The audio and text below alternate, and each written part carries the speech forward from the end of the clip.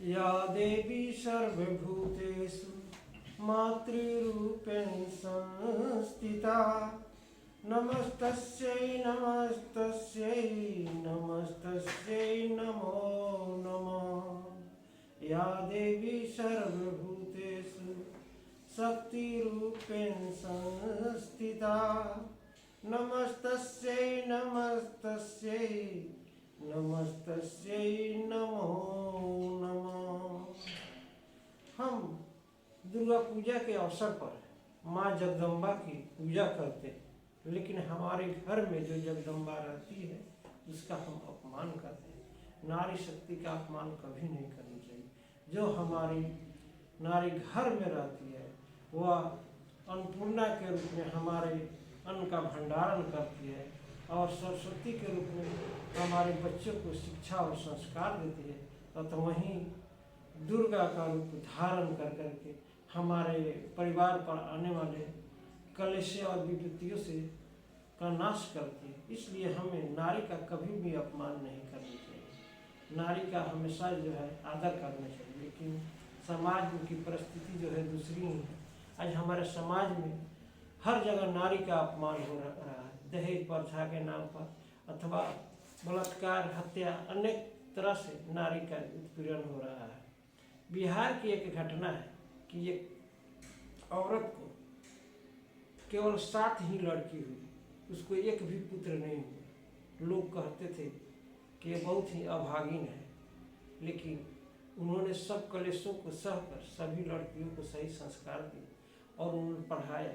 आज वह 7 लड़की IAS अफसर है, जिसके कारण उसका गौरव से ऊंचा स्थान है और समाज में भी उसका आदर है। नारी जो है गुरु भी होती है। नारी का हम कभी भी अपमान नहीं करना चाहिए। जैसा हमेशा के लिए विदित है कि तुलसीदास जी एक कामी पुरुष थे।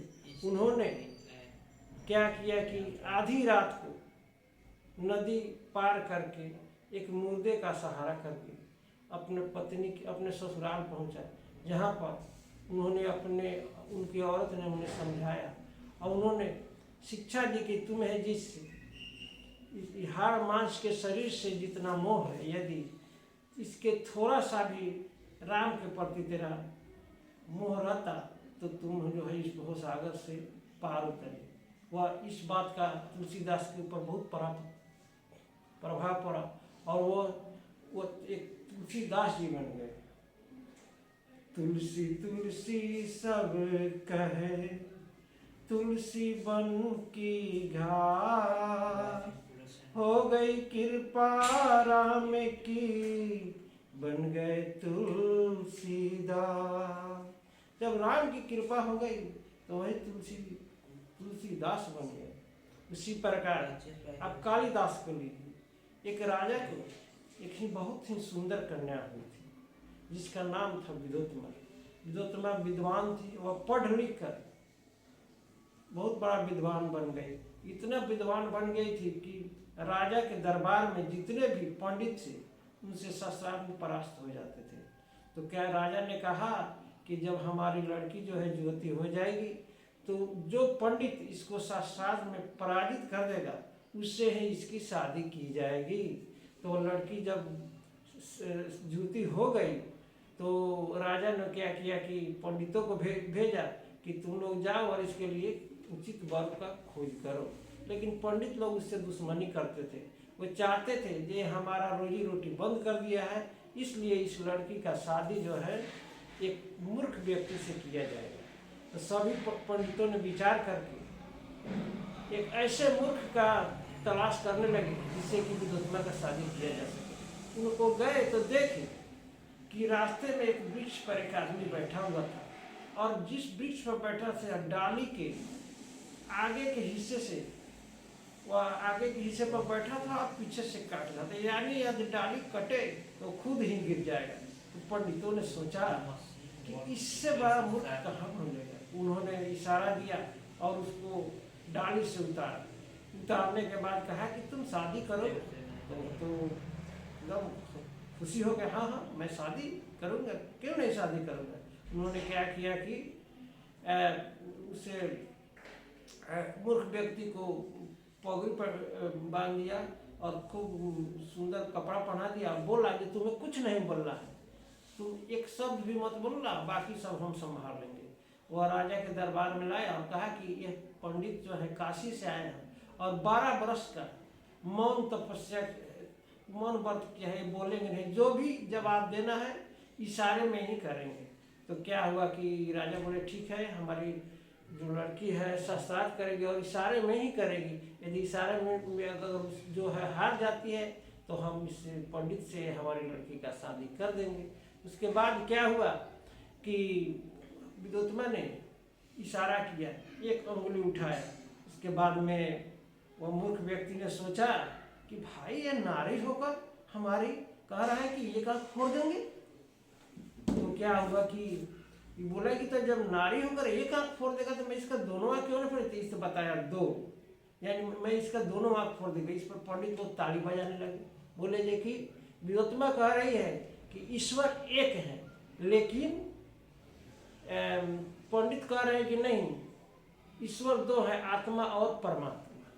लेकिन आजकल क्या है समाज में, यदि बुराई की ही ज़्यादा लोग सहमति में आ जाते हैं तो सत्य जो है थोड़ी देर के लिए दब जाता है। फिर दूसरा सवाल जो है विद्योत्मा ने किया, इस तरह उन्होंने कहा जैसे इशारे में किया, क्षितिजल पावक गगन समीरा, 5 तत्व से बने अधम शरीरा। इसने 5 अंगुली दिखाई, यानी जो है यह शरीर जो है 5 तत्व से बना है। लेकिन पंडित ने, फिर वो मूर्ख व्यक्ति ने सोचा कि भाई ये औरत होकर मुझे थप्पड़ से मारेगी, तो जब थप्पड़ से मारेगी तो मैं इसके मुक्का से क्यों नहीं मारूंगा। इस पर क्या करेगी, सारे पंडितों ने कहा कि विद्योत्मा हार गई, विद्योत्मा हार गई। क्योंकि जो विद्योत्मा कर रही है, जो क्षितिजल पावक गगन समीरा, 5 तत्व से बने अधम शरीर। लेकिन पंडित कह रहे हैं जिन्हें ये 5 तत्व मिलकर एक मुष्ट जो है शरीर बन गया, एक हो गया। इसका उदाहरण परवल है। इस तरह पंडितों ने इस अपने कुटिल चाल से विद्योत्मा को हरा दिया और हराने के बाद में मजबूरी बस विद्योत्मा की शादी उस मूर्ख व्यक्ति से राजा ने कर दी। लेकिन जैसे ही शादी करने के बाद सुहाग रात में वह लड़की पहुंची तो देखी जो हमारा पति तो बिल्कुल मूर्ख है। तो उन्होंने पति को बहुत ही फटकार लगी, बोली अरे निर्लज, अरे बेहाया, तुम्हें शर्म नहीं आती जो हमारे जैसे विद्वान लड़की से तुमने शादी किया है। तो इतना न फटकारी जो उसके अंदर की आत्मा जो है झकझोर उठा। और वह क्या हुआ कि पर्ण किया, ये विद्योत्मा ठीक है, मैं तो मूर्ख हूँ, लेकिन मैं कसम खाता हूँ कि मैं इस चौकट पर तब आऊँगा जब तुम्हें संसार में पराजित करूँगा। के बाद में वह चला गया और हमें तरकीब खोजने लगा कि मैं कैसे जो है विद्योत्मा के हराऊंगा, कैसे विद्वान बनूंगा। तो एक बार की बात है तो देखा कि एक काली की मंदिर है जहाँ पर किसी बकरी को बच्चे को बलि देने जा रहा था। वह बकरी का बच्चा जो बार बार भाग जा रहा था, तो वह गया और कहा कि बकरी के बच्चे को छोड़ दीजिए और मुझको ही बलि दे दीजिए, क्योंकि मेरे बलि देने से क्योंकि इस संसार में मेरे जैसा कायर पुरुष कोई नहीं है कि मैं अपनी पत्नी से हारा हूँ। जब वो बलि देने गया तो माँ काली के चमत्कार हो गया और माँ बोली जी नहीं बेटे, मैं इस बलि को स्वीकार नहीं कर, जाओ कालिदास, मैं तुमको यह वरदान देता हूँ कि तुम आज रात्र भर में जितने भी पुस्तक पढ़े उलट तो सारा तुमको याद हो जाएगा और यह काली जो है हमेशा तुम्हारे साथ है। और जब भी तुम से किसी से साहस करोगे उसका पराजित होगा, तुम बहुत ही बड़े विद्वान बन जाओगे, तेरा नाम आज से कालिदास पड़ेगा। उस समय से वह हर जगह जाता और अब उसकी चारों ओर प्रशंसा होने लगी और हर जगह जो उनकी प्रशंसा होने लगी।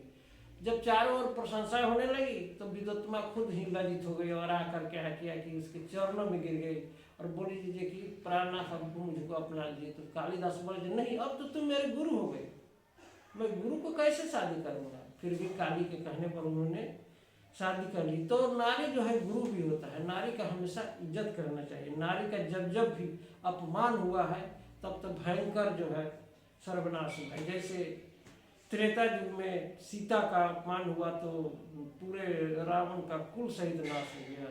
के बाद में द्वापर युग में क्या हुआ कि द्रौपदी का अपमान हुआ तो कौरव वंश का नाश हुआ। इसलिए नारी का हमेशा जो है इज्जत करना चाहिए, कभी भी अपमान नहीं करनी। समाज में हमें नारी का कि अपने बच्चों को, अपने बच्ची को सही ढंग से संस्कार देना चाहिए, सही ढंग से पढ़ना चाहिए। जो हम दहेज लेते हैं दहेज का भी अंत करना चाहिए और नारी का सदा जो है सम्मान करने चाहिए। इसी के साथ मैं अपने वाणी पर विराम देता हूँ। प्रेम से बोलिए सतगुरुदेव की जय।